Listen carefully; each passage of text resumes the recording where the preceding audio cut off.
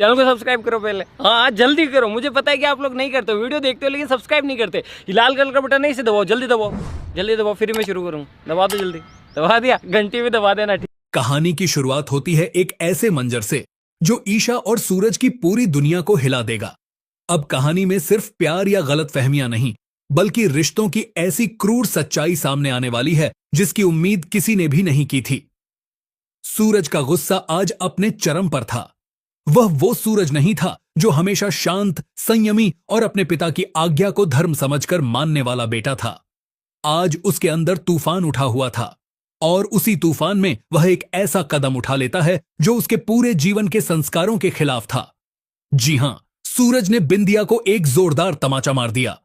लेकिन यह सिर्फ एक थप्पड़ नहीं था, यह उसकी टूटी हुई उम्मीदों की चीख थी। उसके दिल में जमे दर्द का विस्फोट था और घर के हर कोने में यह सवाल गूंजने लगा कि आखिर सूरज इतना बदल कैसे गया। इसके पीछे छिपा था वह फैसला जो गुलाब सिंह ने अचानक ले लिया था। एक ऐसी शादी जिसने पूरे घर की हवा को जहरीला बना दिया। जैसा कि आप सभी जानते हैं, ईशा ने अपनी पूरी ताकत लगा दी थी कि यह शादी रुक जाए। उसने विनती की, समझाया, रोई, गिड़गिड़ाई और यहां तक कि अकेले ही इस गंदी चाल को रोकने निकल पड़ी। लेकिन किस्मत को शायद कुछ और ही मंजूर था। ईशा की हर कोशिश नाकाम हो जाती है और जब वह भागते भागते घर वापस आती है, उसके कदम लड़खड़ाते हैं, दिल कांप रहा है। पर जो दृश्य सामने आता है वह उसकी दुनिया को चूर चूर करने के लिए काफी था। घर में शहनाइयां बज रही थीं, दीपक जल रहे थे और गुलाब सिंह की शादी पूरी हो चुकी थी। ईशा कुछ पल के लिए सांस लेना भूल जाती है, पर असली सदमा तो अभी बाकी था। उसे पता नहीं था कि उस दुल्हन के लाल जोड़े के पीछे कौन है, और जैसे ही वह भारी कदमों से आगे बढ़ती है, उसका दिल डर, गुस्सा और बेचैनी से कांप रहा था। कांपते हाथों से वह दुल्हन का घूंघट उठाती है और अगले ही सेकंड ईशा के होश उड़ जाते हैं। घर के हर व्यक्ति की आंखें फैल जाती हैं। घूंघट के पीछे बिंदियां थीं, वही बिंदिया जो कभी सूरज के पीछे पागल थी, वही बिंदिया जो ईशा की सबसे बड़ी दुश्मन थी, और आज वही बिंदिया सूरज की सौतेली मां और ईशा की नई सास बनकर खड़ी थी। ईशा के दिमाग में जैसे बिजली दौड़ जाती है। उसे तुरंत सब कुछ समझ आ जाता है कि यह शादी महज एक संयोग नहीं, बल्कि एक पूरी प्लानिंग है, एक गंदी साजिश। बिंदिया का मकसद प्यार नहीं था, उसका निशाना सिर्फ सूरज था।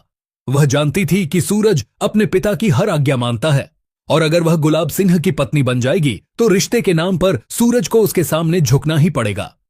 उसे मां कहना पड़ेगा, उसकी हर बात माननी पड़ेगी। यही था बिंदिया का खेल, सूरज पर राज करने का और ईशा को हर पल नीचा दिखाने का। दूसरी तरफ बिंदिया के चेहरे पर जीत की चमक थी। वह मन ही मन सोच रही थी कि अब सूरज आएगा, उसके पैर छुएगा, उसे मां का दर्जा देगा और उसकी हर आज्ञा का गुलाम बनकर रहेगा। लेकिन कहानी यहीं एक बड़ा मोड़ लेती है। सूरज जैसे ही बिंदिया को अपने पिता की पत्नी के रूप में देखता है, उसके अंदर का सारा धैर्य खत्म हो जाता है। उसकी आंखों में आंसू नहीं, अंगारे जलने लगते हैं।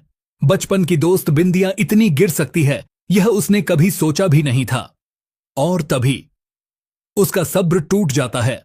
वह बिंदिया की जीत वाली मुस्कान देखकर आग बबूला हो उठता है और गुस्से में वह थप्पड़ मारता है जो पूरे घर में बम की तरह फटता है।